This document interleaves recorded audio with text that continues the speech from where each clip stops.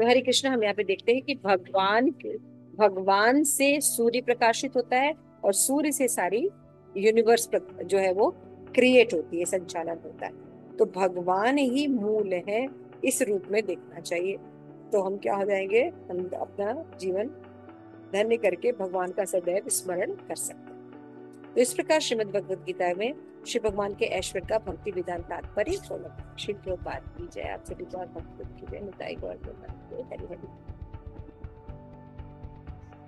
किसी को कुछ पूछना है, किसी का कोई प्रश्न? रिकॉर्डिंग बंद कर सकता है।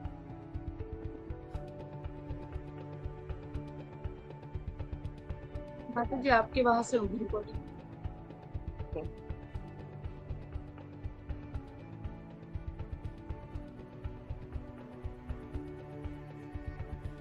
हरे Krishna, welcome you all in the class.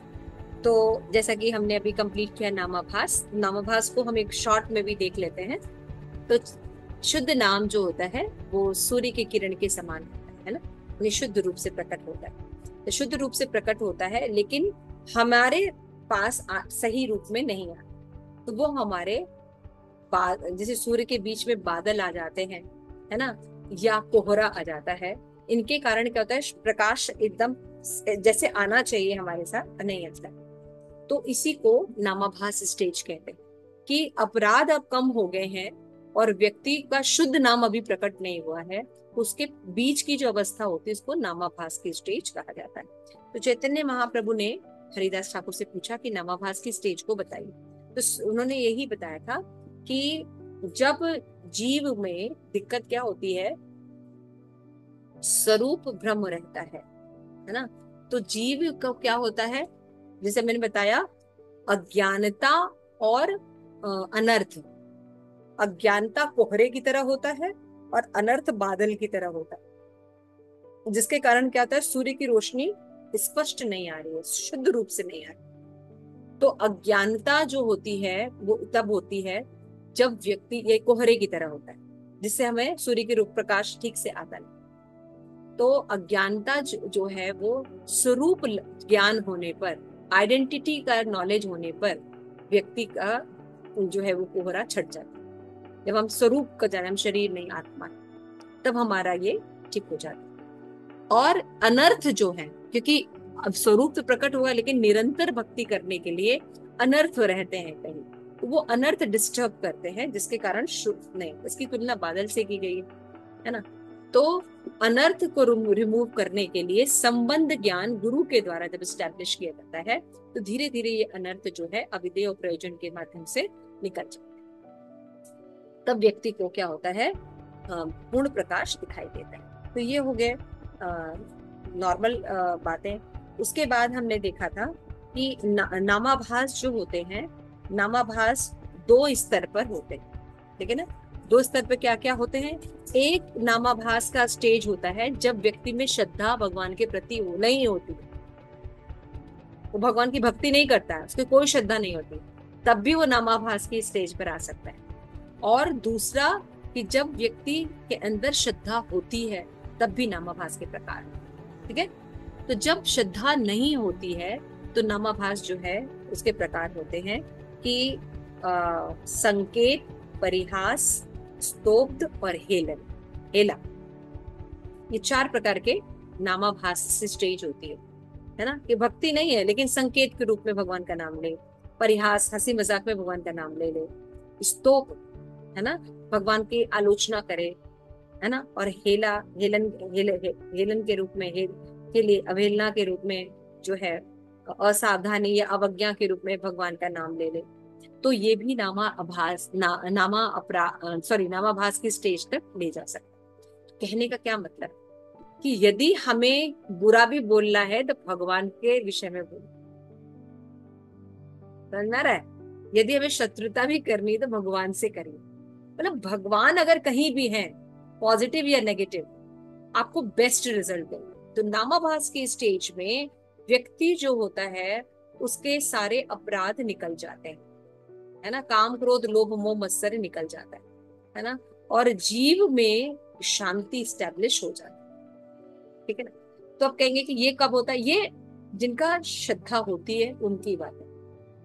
लेकिन जो ये हेलनम है, परिहास है, स्तोभ्य है, तो आप देखिए कि आपने पढ़ा है भगवत गीता में कि 4 प्रकार के लोग भगवान की शरण में आते हैं, 4 प्रकार के लोग नहीं आते हैं। आप उनको कितना भी बुलवा लीजिए हरि नाम, वो नहीं बोलते हैं, है ना। और कुछ लोग होते हैं जो बड़े अनायास ही भगवान का बोलते हैं, है ना। तो भगवान कह रहे हैं कि अगर उनकी श्रद्धा नहीं भी है लेकिन वो भगवान का किसी भी तरह से नाम लेते हैं तो क्या हो जाएगा, क्योंकि चैतन्य महाप्रभु की बड़ी चिंता थी कि जो भक्त हैं उनका तो उद्धार हो जाएगा, लेकिन ये जो मलेच्छ है, मुस्लिम है, इनका क्या हो। तो वो कहते हैं कि आप चैतन्य महाप्रभु चिंता मत कीजिए, ये जो हरामी बोलते हैं, है ना, ऐसे शब्द हराम हराम करते हैं, तो ये भी इनको जो है नामाभास की स्टेज एक्चुअली मुक्त तो हो जाए। समझ रहे हैं? इसीलिए आपको श्लोका मिलता है, भारत भूमि ते होले मनुष्य जन्म या, जीवन सार्थक करी कर पर। भगवान का नाम भी है कहीं पर, वो चाहे जिस भी स्टेज पे। तो श्रद्धा नहीं होने पर भी ये 4 प्रकार के नामाभास स्टेज होती हैं, जिसमें जीव को क्या मिलती है, आवागमन से मुक्ति मिल जाती है। ठीक है, क्लियर हो रहा है? ओके। उसके बाद हमने देखा कि जब व्यक्ति जो होता है अनर्थों का नाश होता है, उसके अंदर श्रद्धा रहती है, तब नामाभास 2 प्रकार का उसके अंदर उत्पन्न होता है। जैसे कि हम लोग भक्ति कर रहे हैं श्रद्धा के साथ, है ना, श्रद्धा के साथ भक्ति। अब हमारे अंदर नामाभास 2 प्रकार का होगा, एक प्रतिबिंब और दूसरा होगा छाया, है ना। प्रतिबिंब को आई थिंक रिफ्लेक्शन लिखा होगा और छाया को शेडो लिखा होगा। ठीक है, तो ये 2 तरह के नामाभास होते हैं। तो प्रतिबिंब में क्या होता है कि कोई वस्तु है उसका आपको प्रतिबिंब बनेगा, जैसे पानी पर प्रतिबिंब बनना, ठीक है ना। तो इसमें क्या होता है कि जीव का अगर मान लीजिए अज्ञानता और कोहरा हट भी जाए तब भी वो ओरिजिनल चीज को कभी नहीं देख पाएगा, वो तो प्रतिबिंब देख रहा है ना। तो नामाभास में जिनका प्रतिबिंब नामाभास होता है, यानी मायावादी के साथ जिनका संबंध हो जाता है, तो भक्ति कर रहे हैं लेकिन भक्ति के साथ साथ मायावादी संग भी कर रहे हैं, तो उसमें वो क्या सीखेंगे कि ठीक है मैं हरिनाम ले रहा हूं, एक दिन मैं खुद ही भगवान बन जाऊंगा। ठीक है ना। तो जब मायावादी विचार मिक्स हो जाते हैं तो वो प्रतिबिंबवाद नामाभास होता है। इसका रिजल्ट ये होता है कि उसको कई प्रकार के मुक्ति वगैरह तो मिल जाती है, अपराध उसके सारे पाप भी नष्ट होते हैं, लेकिन इसको शुद्ध नाम कभी नहीं मिल पाएगा।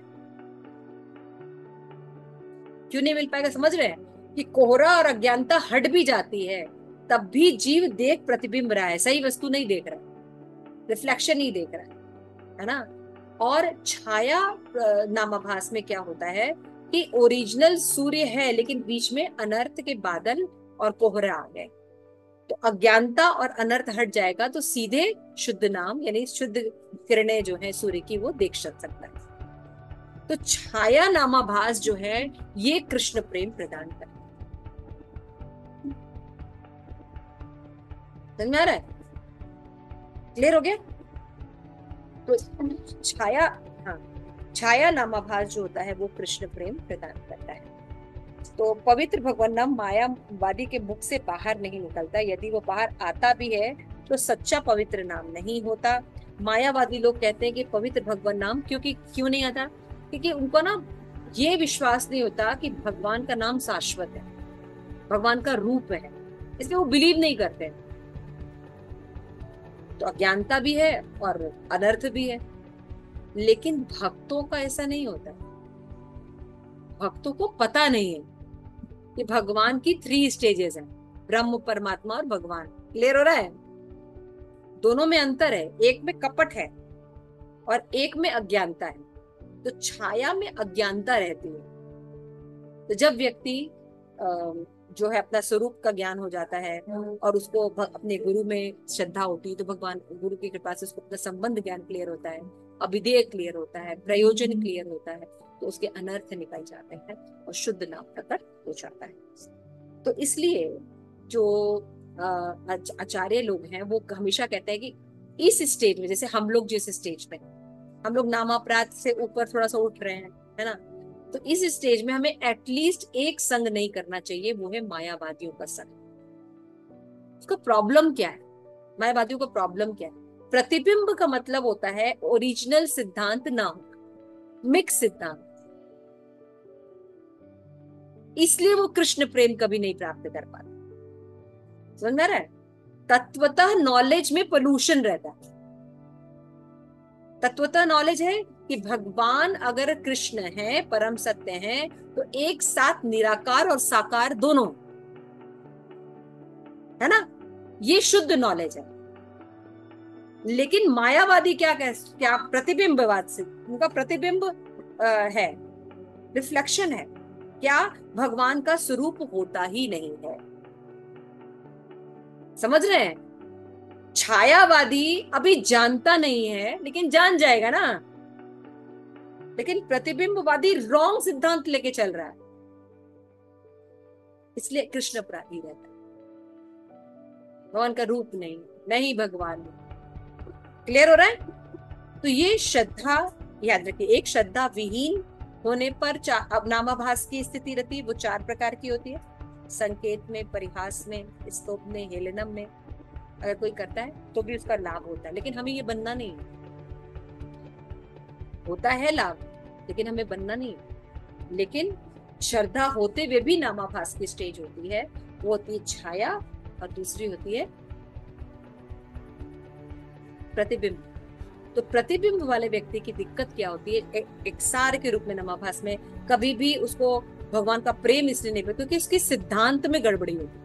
इसलिए प्रभुपाद ये कहते थे कि अभी आप कच्चे हैं, तो सिद्धांत में भेद उत्पन्न मत कीजिए, आप हमारी बुक्स पढ़िए। समझ में आ रहा है? नहीं तो हमारा सिद्धांत ही गलत हो जाएगा। तो छाया प्रतिबिंब जो होता है, छायावादी जो नामाभास होता है, इसके आगे चलने पर कृष्ण प्रेम प्राप्त हो सकता है।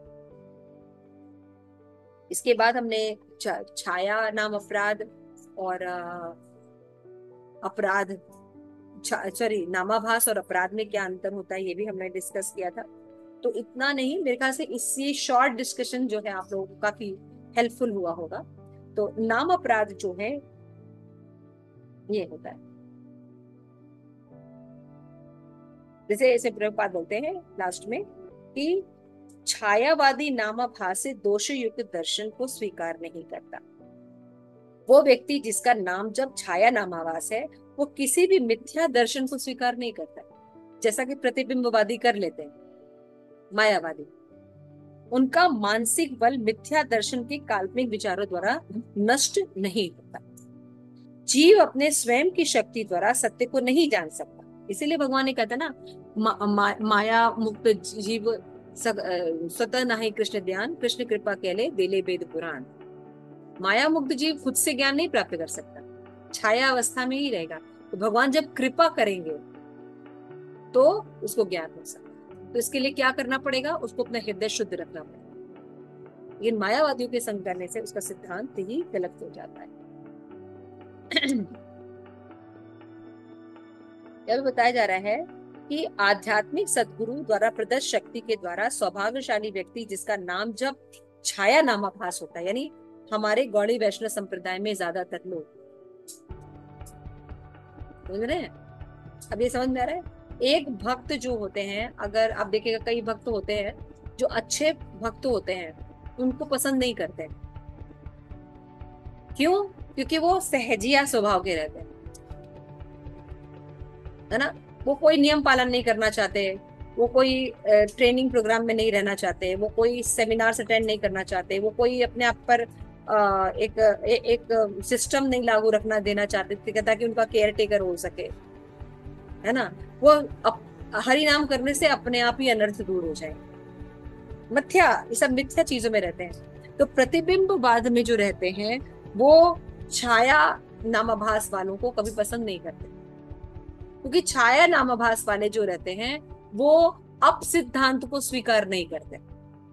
क्लियर हो रहा है?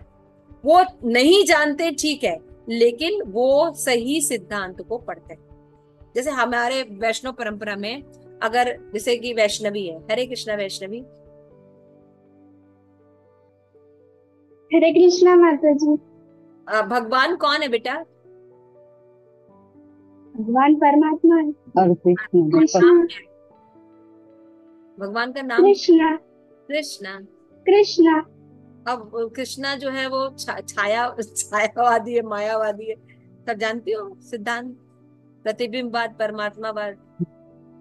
ठीक है, कोई बात नहीं, thank you so much. Mummy को दे दो, मम्मी को दो, ठीक है ना। इसको कुछ सिद्धांत पता नहीं है, लेकिन बचपन से भक्ति करी तो क्या चीज जानती है? Krishna is the supreme personality of God head, पता है। अब जैसे जैसे नॉलेज लेगी वैसे वैसे उसको पता चलेगा कैसे भगवान है ना। तो इस तरह से क्लियर हो गया।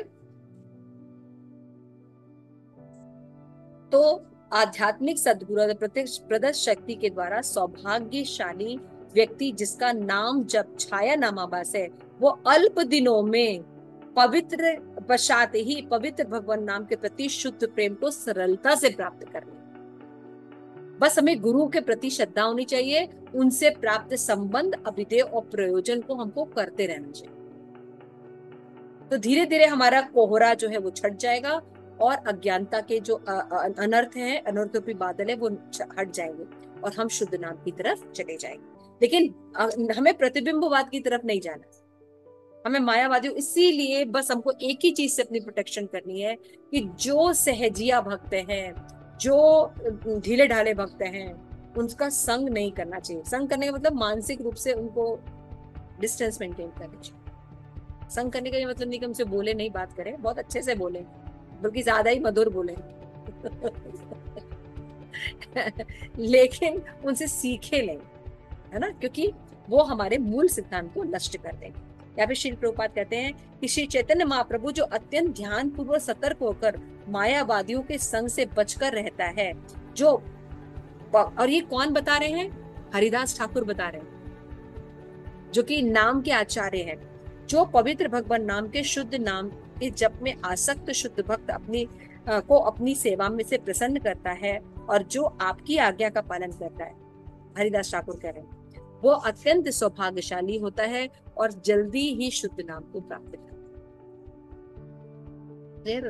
तो हम लोग को हो सकता है नॉलेज अभी थोड़ा सा कम हो, थोड़े से अज्ञानता है, कोहरा है, लेकिन हमें सावधानी पूर्वक आगे चलते जाना। जे न पाले तब आज्ञा से ही छिविकारे, कोटि जन्म कीछू ते ही हबे उद्धार।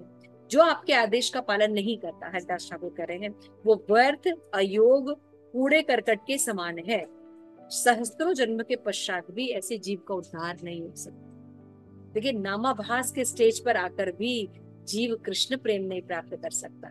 उसके पाप नष्ट हो सकते हैं, है ना, उसको हर प्रकार का ऐश्वर्य सिद्धियां प्राप्त हो सकती हैं, पोस्ट पोजीशन मिल सकती है, लेकिन कृष्ण प्रेम नहीं, इतने ऊंचाई पर जाने।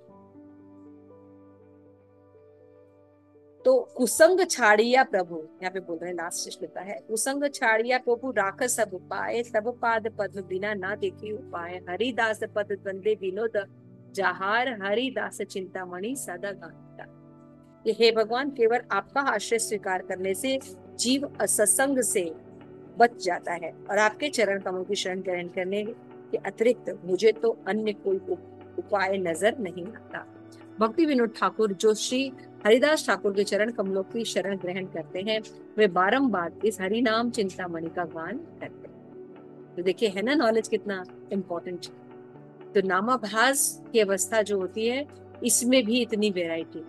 तो ये सारी वेराइटी जो है चैतन्य महाप्रभु के कहने पर हरिदास ठाकुर ने बताई। और हरिदास जब बोल रहे थे, कहते कि आप ही बुलवाएंगे मुझसे, है ना, मैं नहीं बोल रहा हूँ, ये आप ही मुझे ज्ञान देंगे तो मैं बोल पाऊँ। तो ये सारा जो नॉलेज है नामाभास के बाद, ठीक है। Thank you so much. Shri Prabhupada की जय, सभी गौर भक्तों की जय, निताई गौर भक्त। माता जी third. Hare Krishna, welcome you all in the class. आज की क्लास में आप सभी वैष्णव का बहुत बहुत स्वागत है। तो होप आप सब अच्छे से होंगे और गर्मी भी अच्छे से पड़ रही है, तो कृपया अपने अपने प्रिकॉशन लेते हुए छाता खोल लें और क्लास में आ जाएं, ठीक है ना। चाहे गर्मी हो चाहे सर्दी, हमें रोज क्लास करनी है, ठीक है ना। तो हम जो क्लास कर रहे हैं वो बुक बहुत सुंदर है, उसका नाम है श्री हरिनाम चिंतामणि। जो हरिनाम चिंतामणि में आज हम चैप्टर 4 करेंगे, है ना। तो 3 अध्याय हमने कंप्लीट किया। पिछला अध्याय जो था नामाभास के ऊपर था, तो बहुत से लोगों के बहुत। तो आज हम अध्याय 4 पढ़ेंगे और अध्याय 4 से हमारे 10 नाम अपराध शुरू हो। ठीक है, क्या शुरू होते हैं हमारे 10 नाम अपराध। तो 10 नाम अपराध में आज हम पहला अपराध जो है हरिदास ठाकुर जो है इसको एक्सप्लेन करेंगे, है ना। तो पहला नाम अपराध क्या है? निंदा करना, साधु निंदा। ताई शुरू करने से पहले प्रार्थना कर लेते हैं। नमः ओम विष्णु पादाय कृष्ण प्रेष्ठाय भूतले श्रीमती भक्ति वेदांत स्वामी इति नामिने नमस्ते सारस्वती देवे गौरवाणी प्रचारिणे निर्विशेष शून्यवादी पाश्चात्य देशितारिणे। प्रेम से कहो जय श्री कृष्ण चैतन्य प्रभु नित्यानंद श्री अद्वैत गदाधर शिवसती गौर भक्त वृंद। हरे कृष्ण कृष्ण कृष्ण हरे हरे, हरे राम राम राम हरे हरे। श्री प्रभुपाद की जय, हरि नाम चिंतामणि की जय। तो बोल रहे हैं सताम निंदा नामना परम अपराध विदु वितनुते यत् ख्यातिम यात कथयु सहेते तद्ग्रहाम। ठीक है ना। इसको बोलते हैं पद्म पुराण में 10 नाम अपराध के बारे में बताया। तो केवल नाम जप कर रहे हैं और हम बाकी चीजों के बारे में नहीं जान रहे हैं, तो अपने आप हमारा अनर्थ वगैरह दूर नहीं होगा। हमें इसके लिए प्रयास करना पड़ेगा। ठीक है, तो प्रयास करने के लिए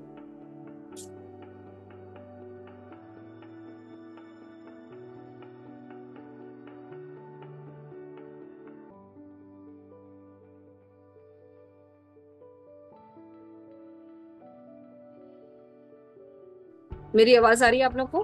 ठीक है, तो पहला 10 नाम अपराध के बारे में भी हमें सतर्क रहना पड़ेगा। अगर हम 10 नाम अपराध से सतर्क रहते हुए चैंटिंग करेंगे तो ये भगवान को अति प्रिय है। भगवान को अति प्रिय है हरि नाम, तब हम कृष्ण प्रेम को प्राप्त कर पाएंगे। तो इसको समझने के लिए हमें हरिदास ठाकुर के वचनों को ध्यान से सुनना होगा और तब हम अपने आप को अपराध से दूर रख पाएंगे। ठीक है, ठीक है। हरे कृष्णा, जीना नहीं, डस्टबिन में डालना। ठीक है, तो नेक्स्ट स्लाइड देखें, पद्म पुराण में बताया गया। हाँ, इसके बाद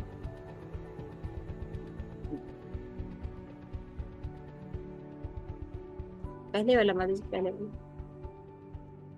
यस। तो ये शास्त्र में पद्म पुराण में ये श्लोका दिया गया है कि साधु निंदा। तो क्या बोलते हैं? सताम निंदा नामना परम अपराध वितनुते यत ख्यातिम यथा कथा मुहस्सते तदि ग्रहाम कथमो सहते तदि ग्रहाम। सताम निंदा नामना श्री गदाधर के रूप में श्री गौरांग महाप्रभु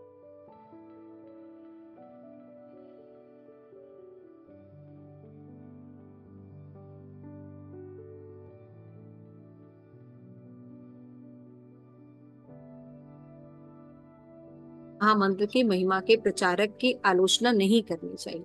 यदि कोई ऐसा करता है तो वो अपराधी है। नाम प्रभु जो कृष्ण से अभिन्न है, ऐसे निंदनीय कार्य को कभी सहन नहीं करते हैं, भले ही कोई कितना बड़ा भक्त क्यों ना कहा जाए। ठीक है ना। तो क्रिटिसाइजिंग सेंटली पर्सन, तो इसमें हम देखते हैं कि 10 नाम अपराध कौन कौन से हैं। तो किसी भी जो शुद्ध भक्त हैं उनकी निंदा करना अपराध होता है। और ये क्वालिटीज आर 2 टाइप्स, स्वरूप एंड तटस्थ लक्षण होते हैं। और सेंटलेस डिपेंड अपॉन स्वरूप लक्षण, सिम्टम ऑफ रिनाउंस्ड साधु। और ऐसे बताया जाएगा कि सेम बेसिक क्वालिटी इज हाउडुलर and renunciation. It is offensive to criticise a sadhu for past sin. अच्छा, ये सारा इसमें डिस्कस किया जाएगा, ये सारे टॉपिक जो है इसमें डिस्कस किए जाएगा। ठीक है, आगे चलते हैं। उत्तम अधिकारी, मध्यम अधिकारी, कनिष्ठ अधिकारी, ये सब हम देखेंगे। तो इसके स्लाइड में थोड़ा गड़बड़ है फर्स्ट स्लाइड में। तो इसमें जो पद्म पुराण का जो श्लोक लिखा है उसका ये मतलब है कि जो हरे कृष्ण महामंत्र के जो जाप करने वाले शुद्ध भक्त लोग हैं उनकी निंदा करना बहुत अपराध है। यदि हम भगवान को प्रसन्न करना चाहते हैं लेकिन साधु निंदा करते हैं तो भगवान कभी भी प्रसन्न नहीं होंगे, चाहे कोई कितना बड़ा भी क्यों ना हो। तो गदाधर प्राण जय जानवा जीवन, जय सीता नान शिवा साधि भक्त गण। प्रभु बोले हरिदास ऐसे सविस्तार, नाम अपराध व्याख्या कर अत पार। हरिदास बोले प्रभु मोर य बलावे, ताहि या बलिबा आमी तुम्हार प्रभावे। नाम अपराध 10 विध शास्त्र कोय, सेई अपराध मोर भर होय भोय। एक एक करी आम्ही बोल बिसकल, अपराधे वाचिया तो देह मोर बल। साधू निंदा अन्य देव स्वातंत्र्य मनना, नाम तत्व गुरु आर्य शास्त्र विधिना विनिंदाना। हरि नाम अर्थवाद कल्पित मनना, नाम बले पाप श्रद्धाहीन नाम पण। अन्य शुभ करणे समान कृष्ण नाम, एकथा बोलिबे अपराध अभिश्राम। नाम ते अवधान होय अपराध, ताहा ते पुराण करता भले न प्रमाद। नामीर महात्म जाने तबु नाही भजे, आहा मम अभगिते संसारी भजीवे। यहाँ पे गदाधर के चरणों में प्रणाम करके अद्वैताचार्य जानवा के चरणों में प्रणाम करते हैं। और चैतन्य महाप्रभु जो है अब हरिदास ठाकुर से बोलते हैं कि हे हरिदास, तुम मुझे इस नाम अपराध के बारे में विस्तृत से बता, है ना। तो हरिदास ठाकुर कहते प्रभु आप स्वयं भगवान, है ना, फिर भी अगर आप मेरे मुख से कुछ बुलवाना चाहते हैं तो मैं जो भी कुछ कहूंगा वो आपकी कृपा के द्वारा ही कहूंगा। तो कृपया मुझे शक्ति प्रदान कीजिए ताकि मैं ठीक से वर्णन कर सकूं। तो हरिदास ठाकुर बताते हैं कि हमारे शास्त्रों में नाम के बारे में, चैंटिंग करने के बारे में तो बताया ही गया है कि व्यक्ति को हरि नाम लेना चाहिए, लेकिन यदि हमें कृष्ण प्रेम करना है तो 10 अपराध से बचना पड़ेगा। तो शास्त्रों में 10 प्रकार के नाम अपराध बताए गए हैं और एक एक अपराध को ठीक से समझना चाहिए और उनसे बचने के उपायों को करना चाहिए, तब कृष्ण प्रेम प्राप्त होगा, तब हमारे अनर्थ निकलेंगे, है ना। तो सबसे पहले हमें ये जानना चाहिए कि कौन कौन से नाम अपराध। यस, पढ़िए 10 नाम अपराध।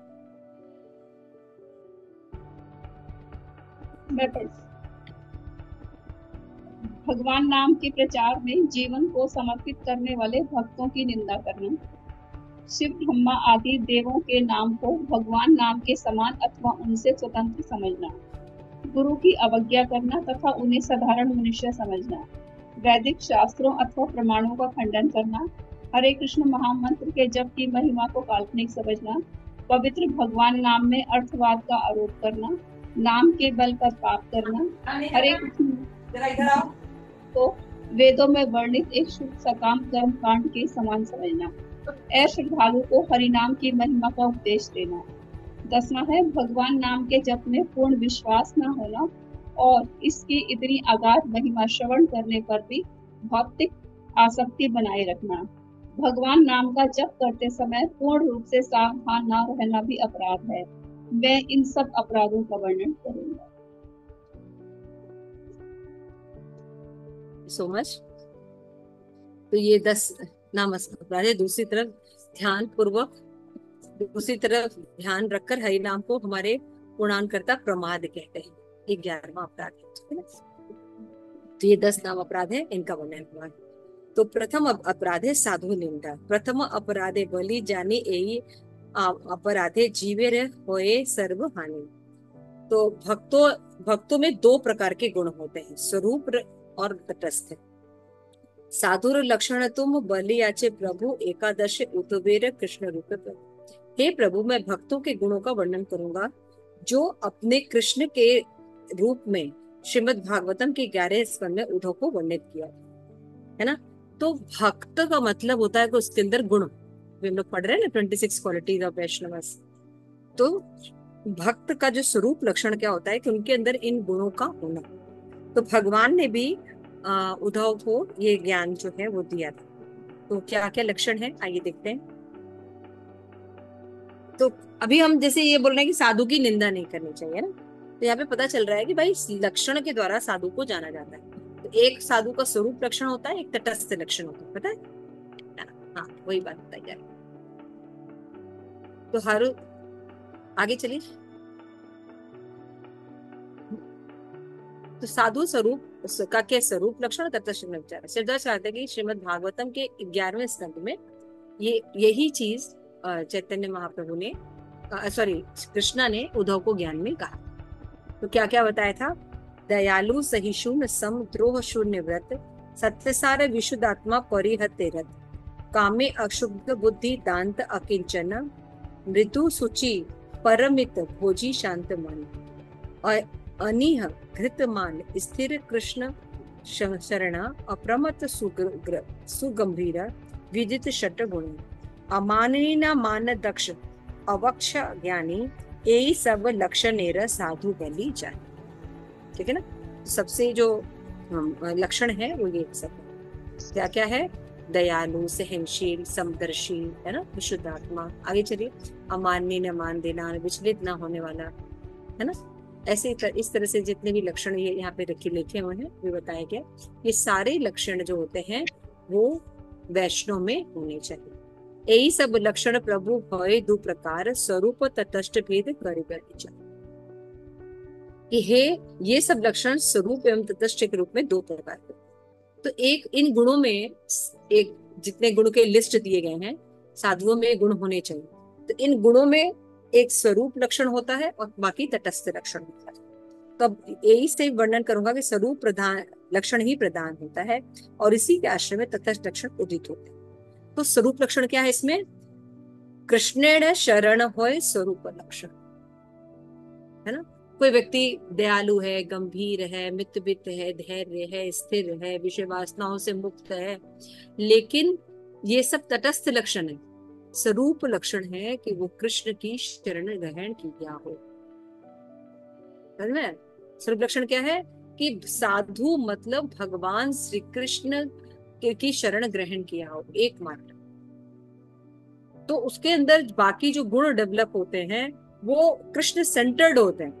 वो अगर दयालु होता है तो कृष्ण सेंटर्ड होता है, स्थिर बुद्धि होता है तो कृष्ण सेंटर्ड होता है, गंभीर होता है ना, और शांत होता है, मित भोगी होता है, सुशील होता है, अमानी न मान देन होता है, लेकिन वो उसका सेंटर में क्या होते हैं? कृष्ण शरणा, कृष्ण के लिए होता है सारा कुछ। क्लियर हो ना? तो स्वरूप लक्षण जो है वो भगवान कृष्ण की शरण ग्रहण करना है। तो ये ग्रहण करने पर बाकी लक्षण उसके अंदर धीरे धीरे स्वयं में भी गठित हो, यानी संबंध ज्ञान का क्लियर होना देखिए बहुत जरूरी है ना। तभी जीव का वास्तविक स्वरूप जो है वो हमेशा प्रकाशित रहेगा कि वो जो है वो मालिक नहीं है ना, वो दास है। भोक्ता भगवान है, सर्वशक्तिमान भगवान है, प्रभु भगवान है। समझ में? तो ये सब चीजें हमें समझनी पड़ेगी। तो जिसको ये बात पता है, जिसके अंदर ये लक्षण है, जो शरणागत है भगवान के, वो साधु माना जाता है। साधु का मतलब नहीं कंठी माला पहना हो, तिलक धारण किया हो, है ना, वो सब बाह्य लक्षण। आंतरिक लक्षण में क्या है कि गुणों के द्वारा किसी भी साधु को पहचाना जाता है। और ये गुण में जो स्वरूप लक्षण है, मुख्य लक्षण है, वो है कि वो कृष्ण के प्रति शरणागत हो। क्लियर है? और बाकी सब तटस्थ लक्षण है। तो कौन भाग्य साधु संगे नाम रुचि होए कृष्ण नाम गाये करे कृष्ण प्रमाद आश्रय। तो बोले यदि सौभाग्यवश किसी को साधु संग की प्राप्ति होती है तो फलस्वरूप उसकी भगवान नाम में रुचि उत्पन्न अपने आप हो जाती है। क्या लक्षण है कि अगर मान लीजिए हम पहचानते हैं, हाँ चलिए भगवान की शरणागति ग्रहण किया हुआ है, तो वो व्यक्ति निरंतर हरि नाम लेता है, शुद्ध रहता है, तो उसके कांटेक्ट में अभी कोई व्यक्ति जाता है तो वो भी निरंतर हरि नाम लेने लगता है। वो हरि नाम को प्राथमिकता देने लगता है ना। वो सेकेंडरी नहीं कि सब काम करने के बाद समय मिला तो भक्ति करता है, नहीं, उसको प्रायोरिटी देना शुरू कर देता है। तो वह कृष्ण नाम का गान करता है और स्वाभाविक रूप में कृष्ण के चरण कमलों की शरण ग्रहण करता है। Next slide.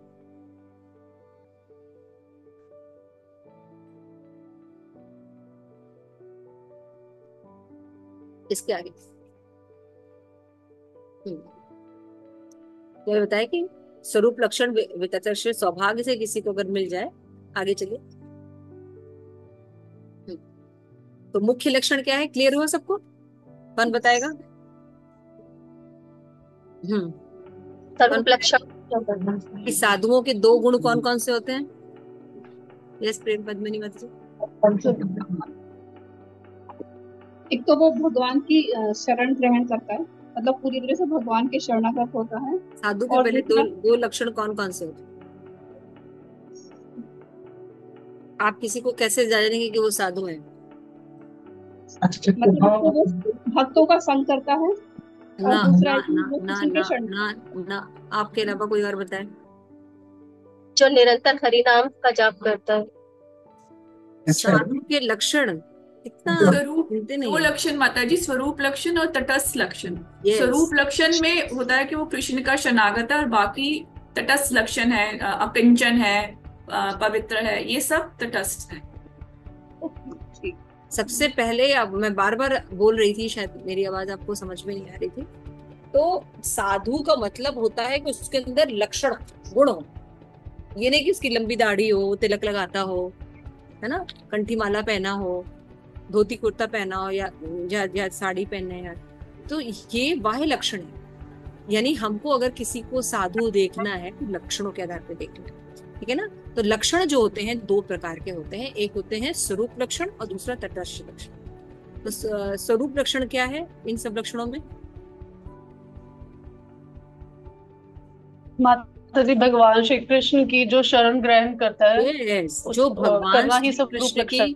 हाँ, जो भगवान श्री कृष्ण की शरणागति ग्रहण किया गया है, ग्रहण किया है, वो व्यक्ति जो है वो साधु है।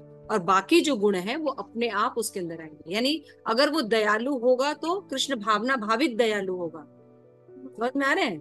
गंभीर होगा तो कृष्ण भावना भावित होगा। इंद्रिय निग्रह होगा, पवित्र होगा, अमानी न मान देन होगा, मित भुक होगा, है ना, भौतिक आसक्ति नहीं होगी। तो ये सब क्या सेंटर, उसका क्या पॉइंट होगा? कृष्ण भावनामृत। क्लियर हो गया?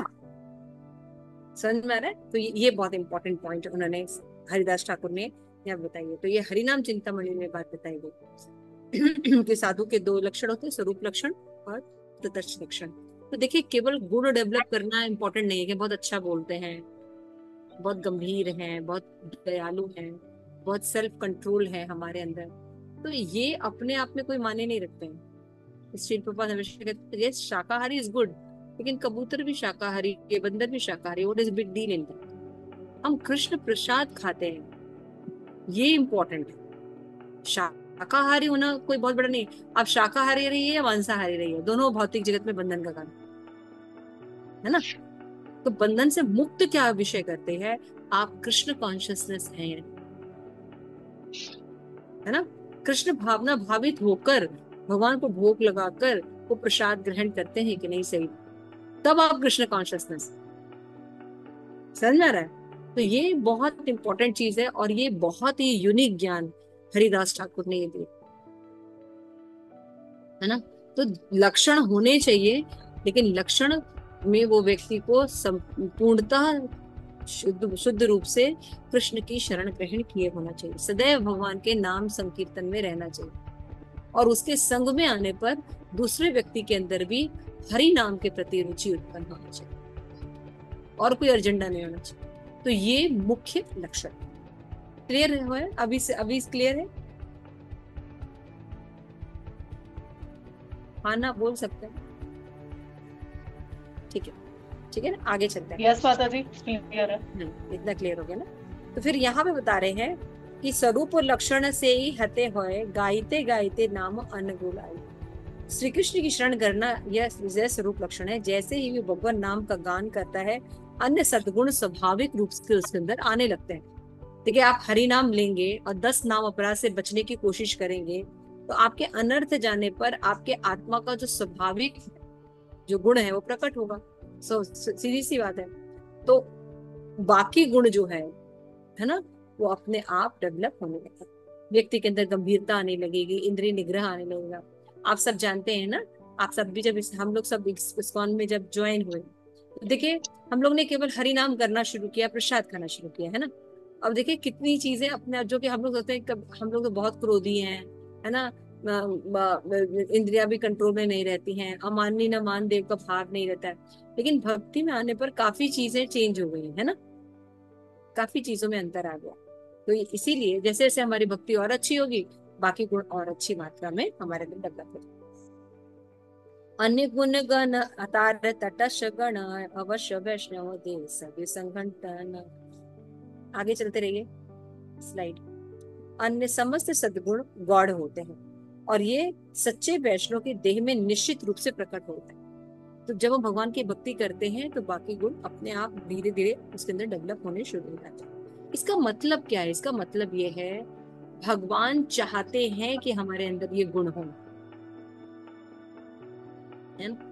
तो मुझे बहुत दुख होता है, मैं स्पेशली अपने अंदर भी देखती हूँ या बहुत लोगों में देखती हूँ, लोग चेंज ऑफ हार्ट नहीं हो रहा है। लोग हम भक्ति में हैं लेकिन हमारा स्वरूपगत प्रवृत्ति वैसी ही है, हम वैसे ही काम करते हैं, वैसे ही लोगों को देखते हैं, हमारे अंदर कोई भी चेंजेस नहीं रहते हैं।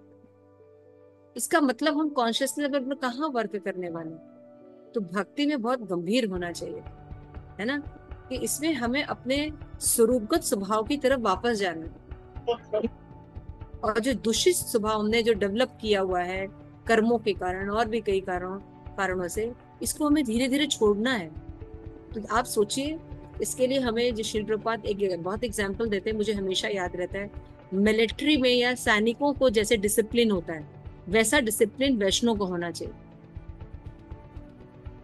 अगर सैनिक जरा भी चूका नहीं कि दूसरा व्यक्ति की गोली आएगी और लग जाएगी, है ना, उसी तरह से हम माया के संग में हैं, हम जरा सा असावधान होंगे नहीं, अरे ठीक है चलता है ले लिया, अरे चलो चलता है भक्ति कर लिया, बस वही माया का प्रवेश है हमारे पास, है ना। इसलिए भक्ति में धीरे धीरे हमें सिंघा अवलोकन और विंघा अवलोकन, अपने साधना का, अपने सीनियर्स के साथ, अपने फ्रेंड्स सर्कल ऐसे बनाना चाहिए कि धीरे धीरे हमारी ये क्वालिटी डेवलप। ठीक है, क्लियर हो गया? क्योंकि भगवान ये गुण हमारे अंदर चाहते हैं,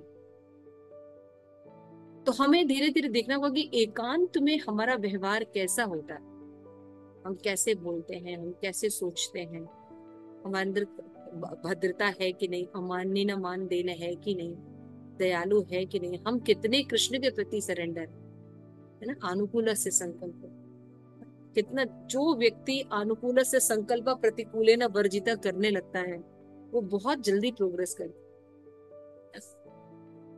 ये सब तत्वों को यहाँ पे बता, तो केवल मात्र श्री के शरण होते होना ही साधु का लक्षण है। तो वर्णाश्रम चिन्हों में एवं नाना प्रकार के वेशभूषा की रचना में साधु के लक्षण की गणना नहीं होती। कृष्ण शरणागति ही साधु का लक्षण है। श्री कृष्ण के शरणागत भक्त के मुख से ही श्री कृष्ण नाम का संकीर्तन हो सकता है। तो हमेशा याद रखिए, संकीर्तन के पिता हैं चैतन्य है ना। चैतन्य महाप्रभु, लोग कलयुग में भूल गए थे कि भगवान का नाम गाया जाता है उच्च स्वरों में, है ना, कीर्तन किया जाता है, गाया जाता है, वो भूल गए थे।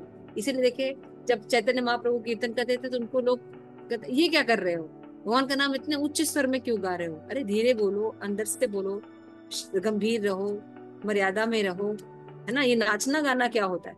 तो क्रिटिसाइज होता था, लोग ओरिजिनल फॉर्म भूल गए थे, है ना। तो चैतन्य महाप्रभु आए और नित्यानंद प्रभु आए, इन्होंने हमें हरि नाम दिया। और कैसे दिया? कि हमें तृणादपि और दीनहीन होकर दूसरों को हरि नाम दो। नित्यानंद प्रभु दरवाजा खटखटाते थे और जमीन पर दंडवत प्रणाम उस व्यक्ति को करते थे और कहते थे आप हरि नाम बोल दीजिए, एक बार हरि नाम बोल दीजिए। तो जब वो व्यक्ति हरि नाम बोलता था तब वो उठते थे। तो वो हमें बताते हैं कि कलयुग में जो लोग हैं उनका स्वभाव बहुत ही विचित्र है। उनके अंदर बहुत ज्यादा घमंड, मिथ्या अहंकार, स्वाभिमान, ये बहुत मात्रा में भरा है। इनको प्रीच करने का तरीका है दैन्यता। जब प्रीचर के अंदर दीनता होती है ना, नम्रता होती है, तब वो भगवान के नाम को किसी को दे सकते, भगवान की इच्छा से। चैतन्य महाप्रभु ने जब ये मिशन शुरू किया तो वो मिशन चला, लेकिन थोड़े दिन बाद विदेशों में जब प्रचार करने के बाद श्रील प्रभुपाद ने इसका जिम्मा लिया। और आप सब जानते हैं कि श्रील प्रभुपाद ने कितना, समझ लीजिए, बर्दाश्त किया। श्रील प्रभुपाद के मूवमेंट में जब लोग जुड़े थे तो हिप्पीज थे, है ना। तो प्रभुपाद जानते थे कि ये मांस मदिरा करते हैं, सेक्स लाइफ में भी धर्म का पालन नहीं करते हैं, है ना। इवन प्रसाद बनाते रहते थे या रथ बनाते होते थे तो प्योर सिगरेट पीते होते थे, है ना। चैतन्य महाप्रभु प्योर ब्राह्मण उनके बीच में, सॉरी श्रील प्रभुपाद उनके बीच में प्योर ब्राह्मण, है ना। अभी सोच लीजिए हमें सहन करना हो और कोई व्यक्ति बोले हम अभी आ रहे हैं, मतलब अभी सिगरेट पी के आ रहे हैं या मीट खा के आ रहे हैं, हम उसको एक्सेप्ट करेंगे? नहीं। प्रभुपाद ने उनको सहन किया, अपनी संगति प्रदान की, हरि नाम के प्रति रुचि उत्पन्न की, और उस रुचि से क्या प्रभाव हुआ, उन्होंने सारा कुछ त्याग दिया और शुद्ध होकर हरि नाम का भजन करते हुए आज देखिए अंतिम गंतव्य को कितने प्राप्त हो रहे हैं, है ना। अभी रूप रघुनाथ महाराज, अभी कल परसों में उनका शरीर त्याग, है ना। अर्जेंटीना के थे महाराज, है ना, और शायद आर्मी में या पुलिस में थे प्रभु महाराज। कड़क स्वभाव, कोई अब तक कास्ट भी नहीं, लेकिन एक बार हरि नाम की महिमा सुन ली, सब कुछ त्याग के सन्यासी हो। हरि नाम का प्रचार करते थे। हिज होलीनेस लोकनाथ स्वामी हमारे गुरु महाराज के साथ पद यात्रा करते थे, हम करेंगे, है ना। पद यात्रा करके हरि नाम देते थे, शुद्ध रूप से रहते थे, बहुत कड़ाई से नियम का पालन करते थे, है ना, और लोगों को हरि नाम देते थे। मंदिर से कभी भी उन्होंने पैसे नहीं लिए, उनको जो पेंशन मिलती थी उससे इतना खर्चा चलाते थे, और सभी मंदिरों में जो बचता था सारा दान दे देते थे। सन्यासी होके वो दान करते थे। सी द स्टैंडर्ड, क्योंकि रूप गोस्वामी ने कहा है कि हमें अपनी सैलरी का 50% भगवान के मिशन में लगाना चाहिए। हम लोग लगाते हैं, हम लोग केवल पढ़ते हैं। तो जो पढ़ते हैं वो साधु नहीं होते, जो करते हैं वो साधु, है ना। तो ये करना कहाँ से हमारे अंदर आएगा, जब हम ऐसे लोगों का संग करें जो करते हैं। तो हम क्या देखते हैं, हम कहीं जाते हैं, नहीं यहाँ पे भाई कलयुग में कहाँ सारे लोग अच्छे मिलने वाले। अगर एक व्यक्ति भी आपको सही मिल रहा है तो आप वैसा बनिए ना, है ना। तो ये सब जो बातें हैं यहाँ पे बहुत बहुत नम्रता पूर्वक जो है हरिदास ठाकुर समझा रहे हैं। अब वो बताएंगे कि वर्णाश्रम के बाह्य लक्षण क्या होते हैं। तो वर्णाश्रम चिन्ह नाना बेचेर रचना साधुवीर लक्षण कभू न होए गणन। तो यह बताएगा कि विशेष प्रकार से जो वर्णाश्रम की विभिन्न स्थितियां को चिन्हित करता है। जैसे वर्णाश्रम में क्या होता है, वर्ण और आश्रम कि क्या क्या होते हैं, कौन बताएगा। वर्ण कितने प्रकार के होते हैं?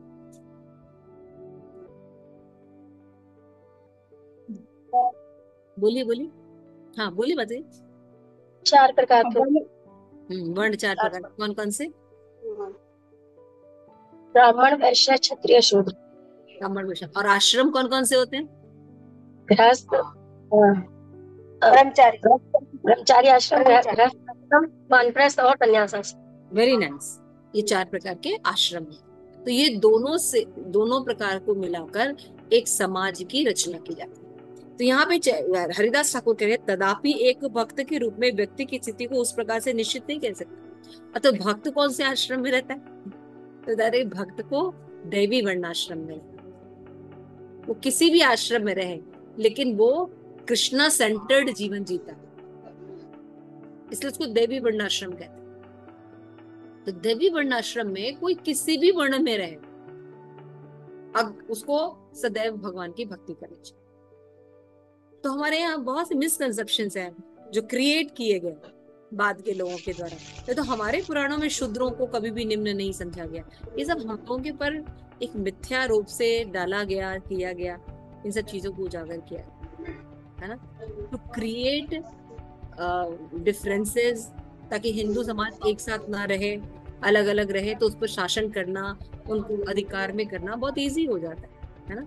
तो आप देखिए ब्राह्मण, क्षत्रिय, वैश्य, शूद्र आपस में लड़ा देते हैं और फिर वो उन पर शासन करना बहुत इजी हो जाता है ना।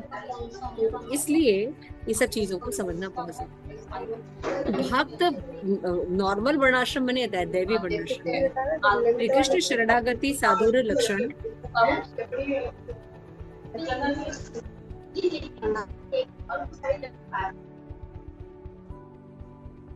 श्री कृष्ण शरणागति साधुर लक्षण तारमुखे होय कृष्ण नाम संकीर्तन गृही ब्रह्मचारी वानप्रस्थ जय भेदे शूद्र वैश्य क्षत्र विप्र गण प्रमिते साधुत्व कथन नाई होबे निर्णय कृष्ण शरण साधु शास्त्रे विरहित। ठीक है, इसको पढ़ लीजिए। तो वैश्य क्षत्रिय, अच्छा मैं पढ़े तो वैश्य क्षत्रिय और ब्राह्मण के प्रभेद में साधुत्व का निर्णय कभी नहीं हो सकता। जो श्री कृष्ण शरणागत है वही साधु, वही शास्त्र का सिद्धांत। तो क्या स्थापित कर रहे हैं?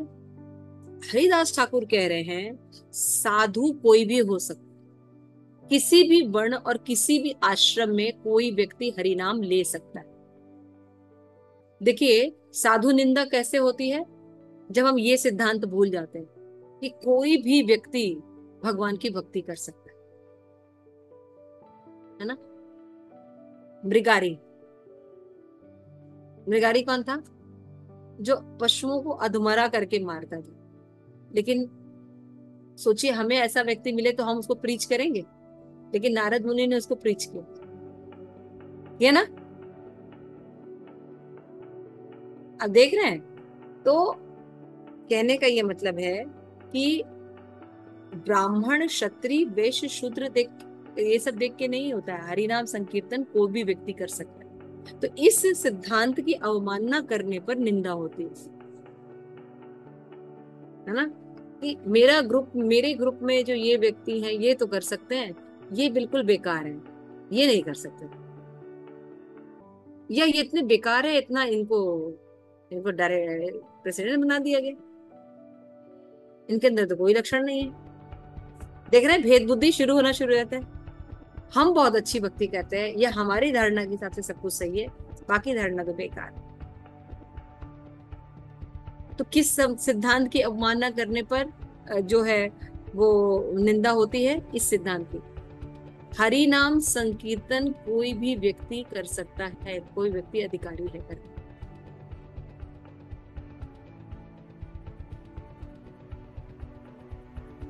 तो हमारे अंदर जो ये प्रेसिड्यूज है कि ये ऐसा ही होना चाहिए, ये व्यक्ति कर सकता है, ऐसा कर सकता है, ये वर्ण कर सकता है ना। तो ऐसा नहीं है, पंजाबी नहीं कर सकते, सिंधी नहीं कर सकते, ऐसा नहीं है। हरि नाम का अधिकारी चाहे स्त्री शूद्र वैश्य कोई भी वो कर सकता है। इसीलिए यहाँ पे बोला जा रहा है कि भक्त किसी वर्ण में नहीं आता। जो श्री कृष्ण की शरणागति है और भगवान की भक्ति करने को तैयार है, वो भगवान की भक्ति कर सकता है। यही साधु है, यही शास्त्र, सभी शास्त्रों का मत है। अब यहाँ पे बताने हैं कि गृहस्थ भक्त के क्या कनेक्शन। भाई कहते हैं कि भाई जो भक्ति ब्रह्मचारी है वही साधु होता है, वो बढ़िया भक्ति करता है। नहीं, गृहस्थ में भी भक्ति कर सकते हैं, है ना। गृहस्थ भी अच्छे भक्त हो सकते हैं। तो अब गृहस्थों में क्या होते हैं, गृहस्थ में रहने वाले साधु के लक्षण क्या होते हैं, तो हरिदास ठाकुर बताते हैं। यहाँ पे क्लियर हो गया। पहले बताया, चैतन्य महाप्रभु ने पूछा कि 10 नाम अपराध के बारे में बताइए, तो फिर चैतन्य महाप्रभु के पूछे जाने पर हरिदास ठाकुर बता रहे हैं कि साधु जो होते हैं वो लक्षणों के द्वारा पहचाने जाते हैं, शास्त्र में बताया गया। और लक्षण 2 प्रकार के होते हैं, स्वरूप लक्षण और तटस्थ लक्षण। स्वरूप लक्षण होता है भगवान श्री कृष्ण की शरण ग्रहण किया होना चाहिए, बाकी लक्षण अपने आप प्रकट हो जाते हैं। फिर उन्होंने बताया कि जो वर्णाश्रम सिस्टम में समाज को बांटा गया है उसको सुचारू रूप से चलाने के लिए, लेकिन भक्त किसी भी वर्ण का हो सकता है। भक्ति के लिए सभी वर्णों को अधिकार है कि वो भगवान कृष्ण के संकीर्तन मूवमेंट को स्वीकार कर सकता है। ये नहीं कि ब्रह्मचारी बनेगा या सन्यासी बनेगा तभी वो भगवान की भक्ति कर सकता है। कोई भी व्यक्ति, एक बालक भी भक्ति कर सकता है ना। 5 साल के ध्रुव महाराज, है ना, ईर्ष्या भाव लेके आ रहे थे, मुझे अपने पिता से भी ज्यादा राज्य चाहिए, है ना। नारद मुनि ने उन्हें भी कहा आप हरिनाम जपिए, है ना। उसी तरह से दिति और अदिति भी कश्यप मुनि से पुत्र प्राप्ति के लिए, है ना। दिति जो थी जबरदस्ती पुत्र प्राप्ति की, हिरण्यकश्यप को हिरण्याक्ष पैदा हुआ असमय में करने, है ना। अदिति जो थी वो भी व्रत धारण करती थी, कहा कि इंद्र को वापस राज्य मिल जाए, तो उसके लिए उन्होंने व्रत रखने के लिए कहा। तो उनका व्रत थोड़ा 1 ही महीने का था, कश्यप ऋषि ने बताया, है ना। तो लेकिन जब उन्होंने व्रत किया, भगवान का नाम जपा, तो क्या हो गया? उनकी ईर्ष्या इंद्र से खत्म हो गई, है ना? पढ़े हैं ना, सब कथा सुन रहे हैं ना? तो हरि नाम जो है वो सभी के अंदर साधु के लक्षण डेवलप कर देता है। बस शर्त यही है कि कृष्ण की सचमुच शरणागति ग्रहण की, अनुकूल से संकल्प प्रतिकूल वर्जित, ये होना चाहिए। तो क्या गृहस्थ भक्ति कर सकते हैं?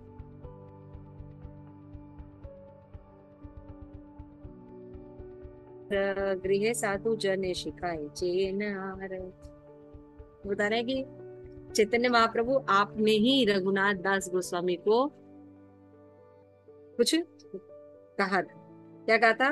कि सेवा के लक्ष्य सिखाया था, गृहस्थ भक्त कैसे कार्य कर सकते। रघुनाथ दास गोस्वामी, स्थिर होए घरे जाओ, ना होए बातूल, क्रमे क्रमे पाए लोक भाव सिद्धू फूल।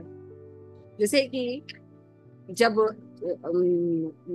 ये अर्जुन जो है विचलित हो गया, मैं युद्ध नहीं करूंगा, मैं वन वन जाके भिक्षा मांगूंगा, तो भगवान ने क्या अपने कर्तव्य का पालन, तुम क्षत्रिय हो, युद्ध करो। और सेम रघुनाथ दास गोस्वामी का कहा, हाँ हाँ ठीक है, तुम ज्वाइन कर लो, सब कुछ छोड़ दो। नहीं, उन्होंने कहा मैं अपने मन में मेरा जो प्रेम है वो स्थापित करो, अपने कर्तव्यों का पालन करो, और उचित समय आने पर फिर मेरी भक्ति स्वीकार। जबकि लोग भक्ति का मतलब क्या समझते हैं? सब कुछ छोड़ दो और वृंदावन चले जाओ। भगवान ने कभी भी रिकमेंडेशन नहीं किया कि अपने कर्तव्यों को छोड़कर हम ऐसा करें। क्लियर हो रहा है?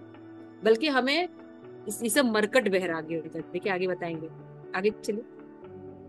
मरकट वैराग्य या कर लोक देखिया, यथा योग विषय भुंज अनासक्त होइया।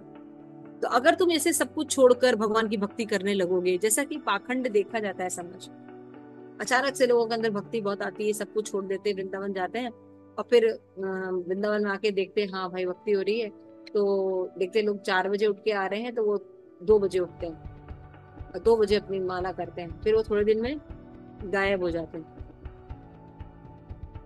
है ना? रघुनाथ दास ठाकुर फिर 1 लाख माला जप करते हैं, है ना? थोड़े दिन तो भक्ति करते हैं, लेकिन उसके बाद सब गायब हो जाते हैं, फिर किसी किसी अनर्थ में फंस जाते हैं। कहने का मतलब ये है, बिना किसी के निर्देशन में भक्ति करना और अनियंत्रित भक्ति हमेशा जो है माया जाल की तरफ है।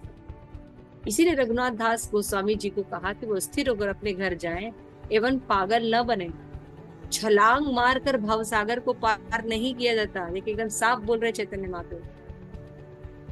भवसागर ऐसे सेंटिमेंटल होके पार नहीं किया जाता, बल्कि दोनों चीज आवश्यक है, ज्ञान और सेंटिमेंट दोनों होना चाहिए।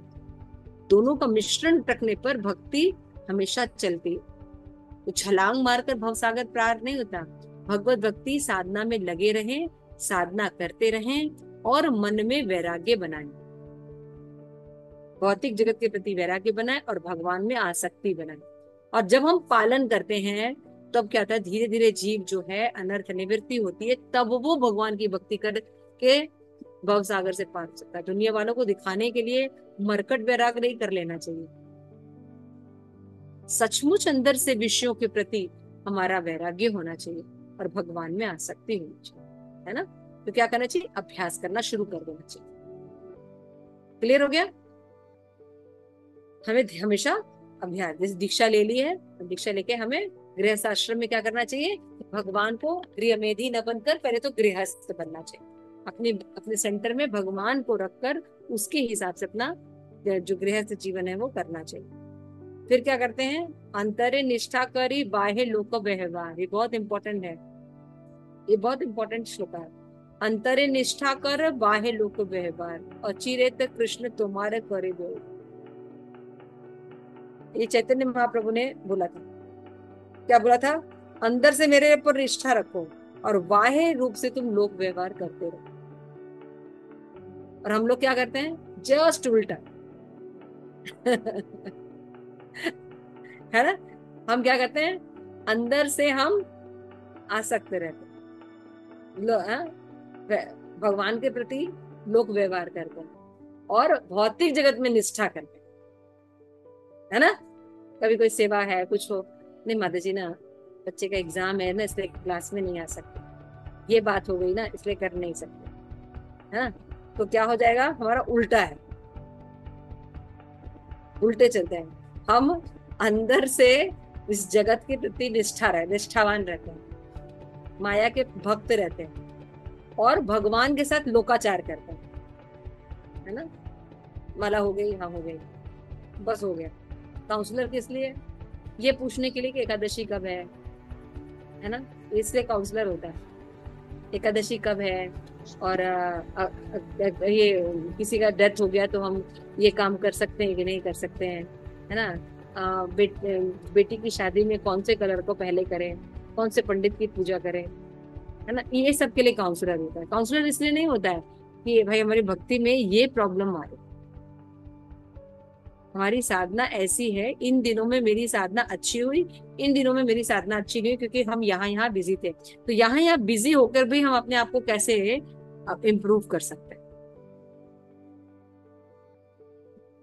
आप लोगों में से कितने लोगों का मेरे पास फोन आता है, एक लोगों का भी नहीं आता।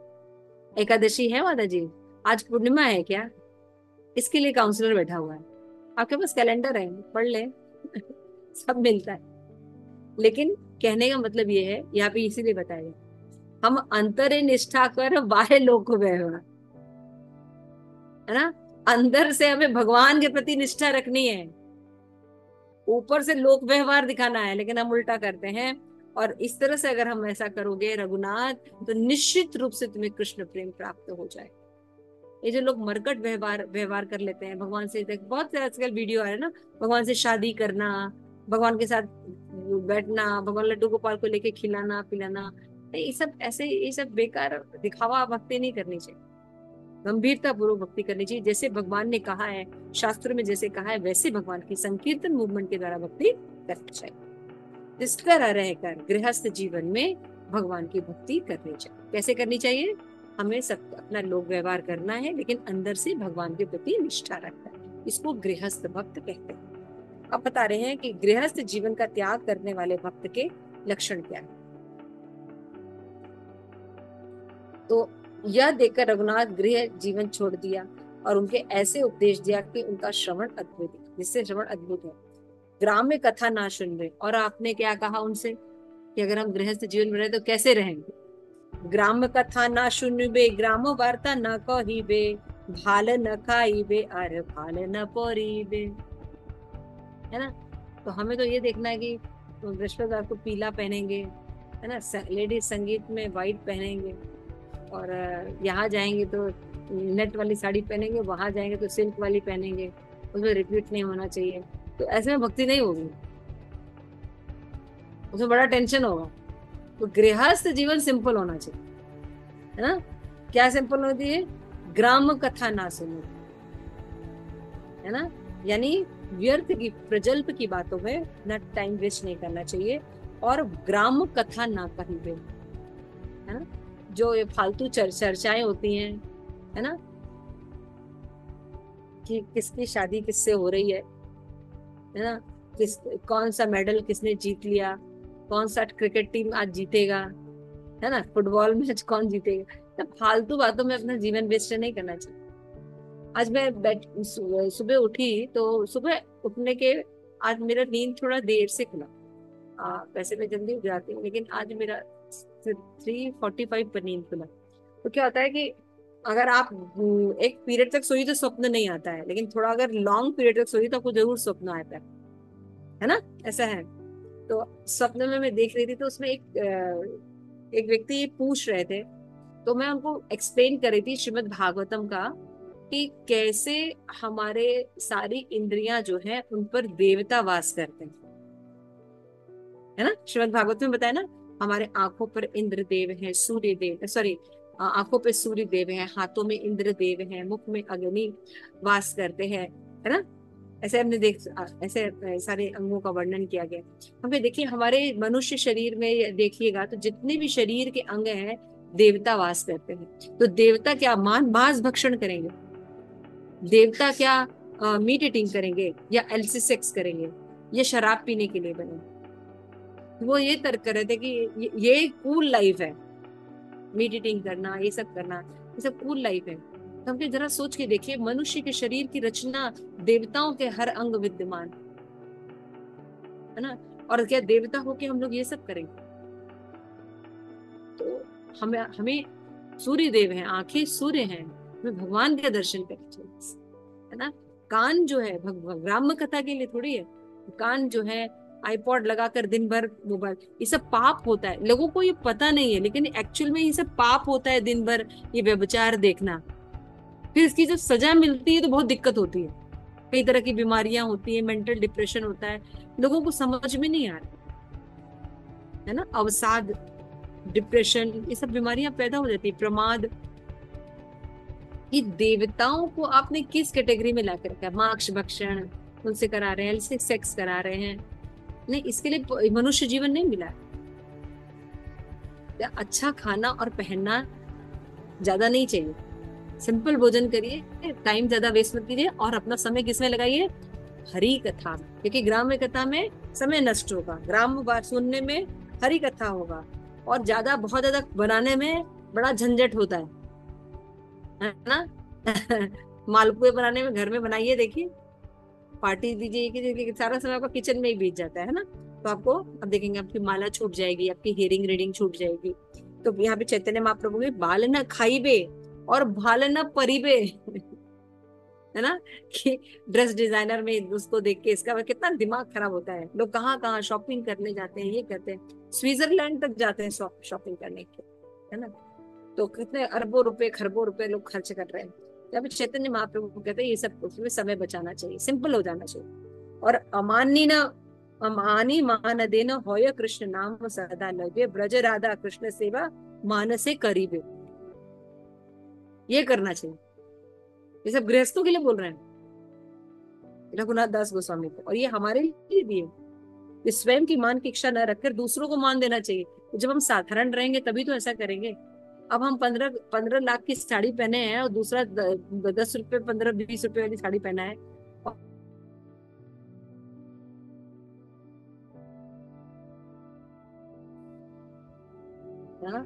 मान नहीं निकलता। जैसे हम लोग कभी कभी हम लोग इसे कभी कहीं विवाह से कहीं जाते हैं, मंदिर दर्शन करते हैं, हम ना प्रभुपाद को प्रणाम भी नहीं कर पाते, क्योंकि वो इतने पहने होते साड़ियां, वो झुका नहीं जाता है। हम कहते भगवान ने क्या सड़ी हुई चीजें पहन ली कि प्रभुपाद को झुक के प्रणाम भी नहीं कर पा रहे। और ये ऑब्स्टिकल्स है, और बल्कि सिंपल रहने पर हम हमेशा हमेशा भगवान की भक्ति करें। जब हमारे पास कुछ है ही नहीं मान करने के लिए, जब भगवान का है, तो फिर हम किसी से ईर्ष्या क्यों करें, तुलना क्यों करेंगे, है ना। मैंने क्या कहा कि जैसे ही हम ये सोचते हैं इस व्यक्ति का अधिकार नहीं है भक्ति करने का, तभी निंदा होती। सिद्धांत क्या है? कोई भी व्यक्ति, कोई भी जीव भगवान के संकीर्तन मूवमेंट में पार्टिसिपेट कर सकता है। तो जब हम ब्रज में रहेंगे और राधा कृष्ण की भक्ति करेंगे, अमान्य न मान देन का भाव रहेगा, तभी हम सुखी रह सकते, ओके ना, है ना। रघुनाथ दास गोस्वामी की 2 फेजेस है, एक तो गृहस्थ जीवन में वो रहते हैं, और दूसरा फिर उसके बाद गृह त्याग करते हैं। तो जब गृहस्थ में रहते हैं तो चैतन्य महाप्रभु कहते हैं अंतरे निष्ठा करी बाह्य लोक व्यवहार, है ना, अचिरे न कृष्ण तुम्हारे करीबे उद्धार, निश्चित भगवान तुम्हारा उद्धार कर अगर तुम ऐसे रहो। तो जब हम गृहस्थ जीवन में ऐसे रहना चाहिए, अपने कर्तव्यों का पालन करना चाहिए, है ना, और अंदर से निष्ठा भगवान में लगाए रखनी चाहिए। और दूसरा जो फेज था कि जब उन्होंने त्याग भी दिया तब भी, तो ये हमारे लिए गृहस्थ जीवन में भी उपाधि है कि ग्राम्य कथा ना सुने दे, है ना, ग्राम्य कथा ना सुने दे, गान वार्ता ना करी दे। तो ये त्याग देने पर और दृढ़ता में चला जाता है और सूक्ष्मता में चला जाता है। इन गृहस्थ जीवन में भी हमें इसमें ध्यान देना चाहिए कि बहुत अच्छा पहनना ओढ़ना दिन भर इसमें नहीं लगाना, टाइम वेस्ट करता है ना, फिर हम भजन नहीं कर सकते। तो अगर हम सिंपल रहेंगे तो फिर क्या करेंगे, ये गृहस्थ में भी रह के करना है, अमानी ना मान दे, तब हम कीर्तनी से ये फॉर्मूला है कीर्तनी सदा हरि का। आप सदा हरि कीर्तन कर ही नहीं सकते, है ना। आप देखिए हम गृहस्थों में नहीं होता है, जैसे कि व्हाइट वॉश हो रहा है घर का, तो क्या कीर्तन नहीं होगा, है ना। जैसे अभी अयोध्या की समाधि माता जी, प्लम्बर टूट गया, सारा दिन इसमें लग रहा है, ये नहीं कर पा रहे हैं। देखिए हम लोग गृहस्थ जीवन में इससे लगे, शादी है किसी की, ब्याह है, किसी की डेथ हो गई, आप देखिए भक्ति कैसे टूट छूट जाती है ना। तो लेकिन जब हमारे अंदर ये सब रहेगा, अमान्य न मान देना, कीर्तनीय सदा हरि, ग्राम वदन, भाल ना पहिने भाल ना परिवे, अगर ये सब सिद्धांतों को हम लगाएंगे, हालांकि ये गृह त्याग के बाद है, गृह त्याग के बाद तो और ज्यादा भाल ना पहिने परिवे है ना। अभी हम व्हाइट साड़ी में थोड़ी आ सकते हैं हमें पहनना पड़ेगा ढंग का। लेकिन मेरा हम लोग का कहने का मतलब है कि इसको हम गृहस्थ जीवन में भी अपनाएंगे तो भक्ति अच्छी कर सकते, ये कहना। इसलिए मैंने इन सबको इम्पोर्टेंट दिया कि ये, हालांकि त्याग में तो और ज्यादा मिनिमाइज हो जाता है ना। जो गृह त्याग देते हैं, भगवान की भक्ति करने देते हैं, फिर उनके बाद उनको तो कहा गया कि आपको केवल 2 जोड़ी कपड़े रखने चाहिए, तो हमारा 2 जोड़ी से तो नहीं होगा लेकिन यहाँ मिनिमम हम जगह रखे, मिनिमम रखे तो उससे भक्ति में ईजी होगा। इसलिए मैंने कहा कि ये भी चीजें गृहस्थ जीवन में रहने पर हमें उपयोग। और कुछ ठीक है, थैंक यू सो मच। आज हम यहाँ तक बढ़ते हैं, उसके बाद हम गृहस्थ तथा गृहस्थ जीवन का त्याग करने वाले भक्त का एक मुख्य लक्षण जो है वो भी देखेंगे। ठीक है ना, क्लियर हो गया। तो आज हमने देखा कि पहला नाम अपराध, उसके बारे में देखा साधु अवज्ञा निंदा कर, साधुओं की निंदा कर। तो साधु जो होते हैं भगवान को अति प्रिय होते हैं, क्योंकि वो भगवान के नाम संकीर्तन को लेके चलते हैं। मैंने बताया चैतन्य महाप्रभु जो थे वो पिता है संकीर्तन मूवमेंट, है ना। तो संकीर्तन क्या हुआ, उनका बेटा हुआ, है ना। तो जो उनके बेटे को प्रेम करेगा तो पिता उनसे प्रेम करेगा कि नहीं करेगा, उनसे प्रेम करेगा, है ना। क्योंकि पिता तो बहुत धनी है, उनको हम क्या दे सकते हैं, लेकिन अगर उनके बेटे को थोड़ा सा कर ले तो क्या हो जाएगा, वो उनके पिता भी हम पर अट्रैक्ट हो जाएंगे, यानी चैतन्य महाप्रभु भी अट्रैक्ट हो जाएंगे। तो क्या करना चाहिए, वो सिद्धांत क्या है कि हरि नाम संकीर्तन कोई भी कर सकता है ना, कोई भी वर्ण, कोई भी आश्रम का व्यक्ति हरि नाम कर सकता है। जब इस सिद्धांत का हमसे अपने जीवन में पालन नहीं होता तो निंदा होती है, तो निंदा। हमको लगता है ये व्यक्ति भक्ति नहीं कर सकता, है ना। हम देखते हैं ये व्यक्ति पापी है, ये भक्ति नहीं कर सकता। लेकिन नारद मुनि ने मृगारी को नहीं सोचा कि ये तो इतना मर्डरर है ये भक्ति कर सकता है, ये बालक है, ये भक्ति नहीं कर सकता, नहीं भक्ति कर सकता है। ध्रुव भी भक्ति कर सकता है, प्रहलाद भी भक्ति कर सकता है, माँ के गर्भ में परीक्षित महाराज भक्ति कर सकते है ना। तो भक्तों को पता होता है भक्ति कर सकता है, हमें पता होता है इस अवस्था में वो भक्ति नहीं कर सकता, ये आलोचना करता है, ये निंदा करता है, ये तो धोखाधड़ी करता है, ये केवल अपने आप को स्टैब्लिश करता है ना, ये झूठ बोलता है, ये लो कास्ट का है, ये तो काला है, ये तो इस कल्चर का है ना। ये भक्ति कहाँ कर सकता है, हमारे बहुत से संस्कार होते हैं, नहीं कोई भी भक्ति व्यक्ति कर सकता है। हम ये समझा रहे हैं, इसी विचार की अवमानना होने पर साधु निंदा होती है ना। ये मैंने बहुत दिनों के बाद बहुत दिनों के बाद, बहुत भक्तों के सुनने के बाद मुझे इस बात को सुनने में बहुत समय लगा। यहाँ ये निष्कर्ष, ये एक लाइन समझ में आने में बहुत समय लगा मुझे, है ना। सही बात है ना। आप कभी भी चेक कीजिएगा, बहुत अंदर तक हो जाएगा। जब हम जैसे ही सोचते हैं ये नहीं कर सकता, नहीं, आप जरा सोच के देखिए, हर किसी को प्रभुपाद ने देखा ये कर सकता है, ये कर सकता है। हम तुरंत कैटेगराइज कर देते, ये नहीं कर सकता, ये हमारा दुश्मन है, ये नहीं कर सकता, ये हमारा वो है, नहीं कर सकता, हम कैटेगराइज कर देते। तो ये, लेकिन भक्तों को विश्वास है, उनके विश्वास से भगवान उसके अंदर भक्ति डेवलप कर देते है ना। इससे कोई भी व्यक्ति भगवान की भक्ति कर सकता है, ये हमने देखा। उसके बाद हमने देखा कि वर्णाश्रम धर्म के लक्षण देखे, और फिर हमने देखा कि साधु के 2 लक्षण होते हैं ना, स्वरूप लक्षण, तटस्थ लक्षण। और फिर हमने देखा कि गृहस्थ जीवन के क्या लक्षण होते हैं, उसमें रहकर हम क्या क्या भक्ति कर सकते हैं, और गृह त्याग करने पर हम भक्ति कैसे कर सकते हैं। अब हम अगली बार देखेंगे कि गृहस्थ तथा गृहस्थ जीवन का त्याग करने वाले भक्त के क्या क्या लक्षण। और भी कई टॉपिक है। निंदा करने वाला व्यक्ति पवित्र नाम का अपराधी होता है, इसलिए वो नहीं कर सकता, है ना। और फिर हम देखेंगे कि एक भक्त का लक्षण भगवान श्री कृष्ण की शरण ग्रहण करना, साधु का स्वभाव, साधु के लक्षण बताएंगे। बहुत सुंदर सुंदर टॉपिक है, इसमें समझने वाली बहुत सुंदर सी बातें हैं।